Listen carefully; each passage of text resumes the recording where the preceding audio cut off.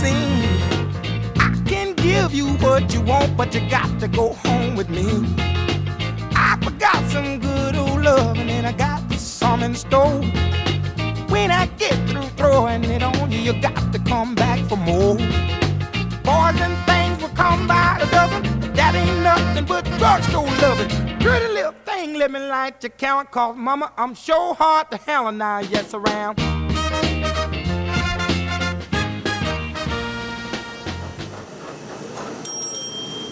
Where do I see myself in 10 years? Hopefully with my own house and stuff. In 10 years, I would like to make just a big mark on the Phoenix community and the whole restaurant community out here. And hopefully I can, leave a footprint by then.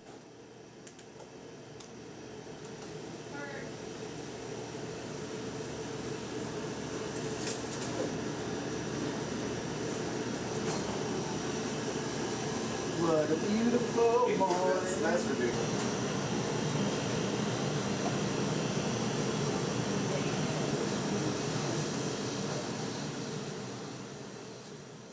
My earliest memories from cooking started probably when I was working for my family's restaurant that they opened growing up. Just like a local Creole-style barbecue restaurant out here in Central Phoenix. Just always be in the back, like pulling some pork. It was a barbecue restaurant or doing something like that.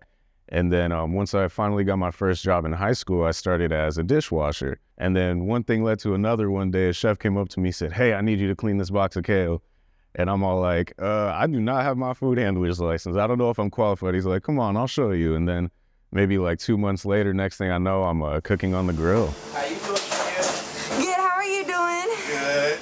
Let's say hi to the camera. It's such a wonderful day today. Such a wonderful day. Is that sarcasm or is that? Oh yeah, you know it. Uh-huh. What's not so wonderful about it? Everything. So Devin and I started after that first gig when I went from dishwasher to a line cook real quick. I left so I could focus on college, and then maybe like a month or two later, my mom is like, "Okay, no, this is not working thing. You need to get a job. I don't care if you're going to school." And so she found a job for me at this new hip place called DeSoto Central Market in downtown Phoenix back in the day. So this was circa 2015. And then I applied. She's all like, this seems like a really cool up and coming spot. There's a lot of people of color, which is important, I think, around here, especially in the Phoenix community. I applied, and next thing I knew, I was a part of one of the first farm-to-table, restaurants out here, concepts in Phoenix. It was the Larder in the Delta with Chef Stephen Jones, and that's when I really just saw food from a completely different perspective. He opened my eyes, and I was 18, 19 at the time, and I didn't realize the caliber of cooking that I was doing. It was Southern cooking, and so we don't see that a lot in Phoenix, a lot of Mexican food. This was definitely a different representation of food, and that's what made me fall in love with it. And amongst all that, Devin was one of my coworkers. Him and I just developed a really good relationship. I decided to move to Los Angeles and go to culinary school. And I ended up going to the school that Devin had recommended because he had some friends that he knew. And that was a Los Angeles Trade Technical College. Hello? Yo, you got the contact info, or was it in the BEO? I'm trying to look right It's now. on the top of the BEO. All right, I got you. Late. All right. You niggas been ripping the South. You niggas just talking the most like housewives. FaceTime. Hello? Hi, this is Chef Reese with the Good Food Table. Hey, Reese. I'm at the. You need the gate code? Yeah, It's pound. I got you. Thank you. All right, did it open up? Yeah, I actually, right when I pulled in, somebody was right in front of me, so I got lucky. All right, cool. All right, Okay. pulling up right now. You get nervous ever before these? I used to, not anymore. Not anymore. I will say, when just growing up, I never really envisioned myself cooking per se. I always had an interest in it. I never really saw it as a career path until I actually started working in professional kitchens, and then I'm all like, whoa, this is actually something I could do.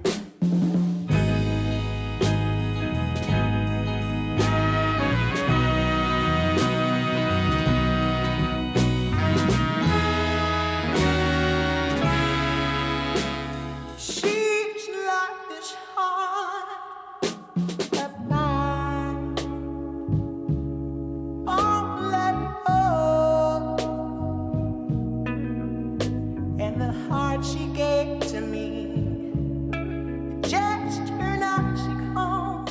I mean, my mom always made sure that we had a hot breakfast. At night, my mom would always have something on the stove. My dad would always be grilling in the backyard, no matter whose house I was at. So those are definitely where I pull all of my inspiration and love of cooking from. From the way that love may seem,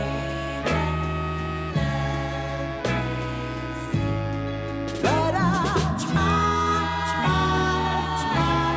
to make it understand.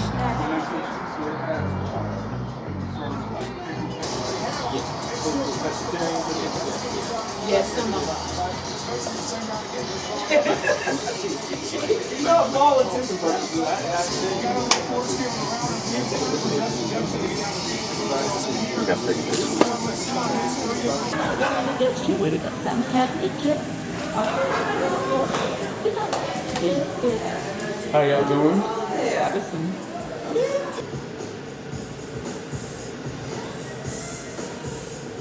Oh, I'm definitely going to always be cooking my entire life. I mean, whether it's professionally or not, I think, it's taken up 10 years of my short 27 years of life. It's just what I know. It's like a reflex, as well as it's always something that whenever I'm in a good place or a good scenario, there's always good food around. And there's always, just somebody cooking, just a hot plate of food. And that's really just, I can't have community, friends, or family without it.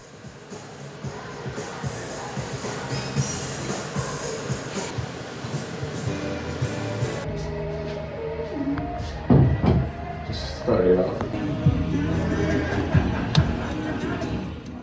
What I see for myself in 5 years is owning some type of my own concept, LLC, and having that going. The thing that I have really just developed a passion for within the past probably year and a half, 2 years is making donuts, which is not in my realm what I thought even when I went to culinary school and stuff. I was always savory cook, blah, blah, blah. I didn't want to be messed with pastry cooks or baking or anything like that, and proofing doughs. And then I got a job at a coffee shop as a baker because I'm just like, fuck it. One thing led to another. I'm like, one thing that I've always loved when it comes to pastries, I'm not a big sweets guy, but man, donuts were always my thing. Especially with my dad, it would always be a treat to go to Krispy Kreme or something. So I've been able to develop like this bomb-ass recipe for these donuts, and a lot of people in the community seem to like them and support me with them. So I definitely see me growing that within the next 5 years. Everybody is out here to support one another and just bring in just something that we haven't had before.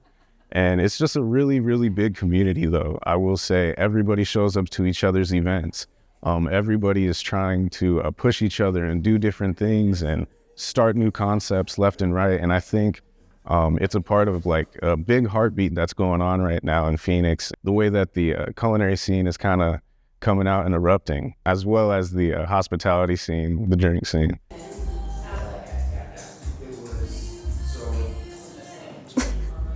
I feel like just in every corner of it right now, we got a bunch of movers and shakers, from influencers just going around and critics just promoting different things. And, obviously social media has such a big pull. I love to see the whole entire valley, from Mesa to Chandler, Gilbert, they're all blowing up, even in places like Litchfield Park or Goodyear. I would really just like to see the inner city of Phoenix just become more and more rich with culture, which it's already starting to do. Like, I've been really involved in food and was considered an influencer back in the day, and more, no.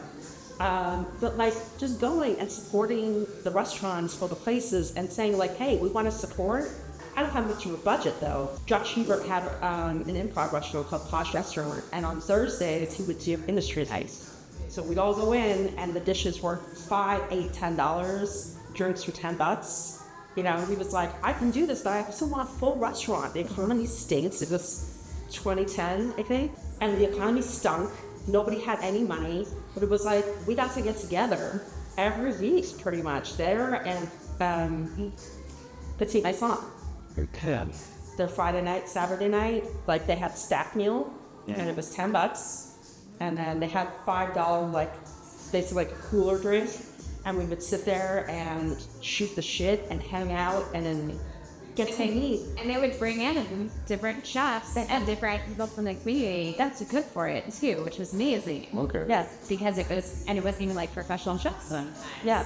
Devin and his sister put on the Yep. family meal. Yep. I loved that. It's so great. But even at some point, maybe you could, collab with the chef and then like, hey, this is the menu I want to do. Could you execute this? Yeah. So we could do it. Here we can.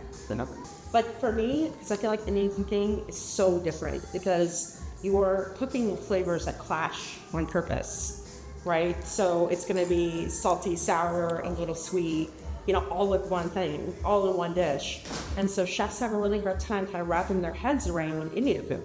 So I think it'd be super cool to work with some, like you guys, for example, where you've got the soul food, you've got those big, heavy flavors, the heavy hitters, and incorporate Indian flavors. Ooh, a little fusion. Ooh, that'd be so good. Shrimp and grits with masala gravy that I can make. You know what I mean? Like, how fun would that be? Please. But like, that could be like... Some very important lessons that I've learned are patience, understanding, and humility. Even from the chef to the dishwasher, not everybody knows what they're talking about, but you know what? Every single person has insight. I think it's easy to get lost in the toxic culture of restaurants, and especially just being in a kitchen and with the hierarchy of everything and just demanding respect instead of earning it. And I think that was misconstrued in the past.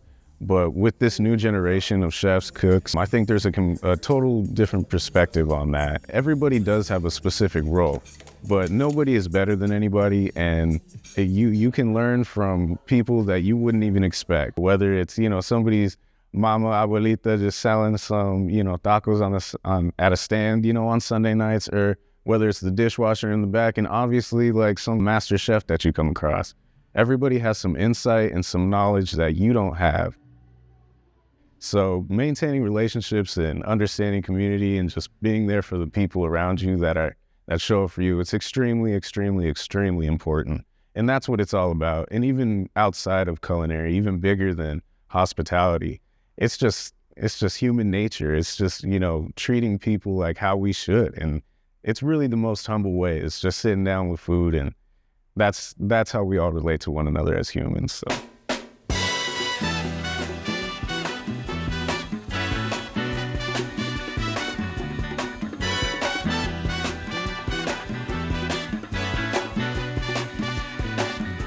Hush now, child, and don't cry. Your folks might understand you by and by. Just move on.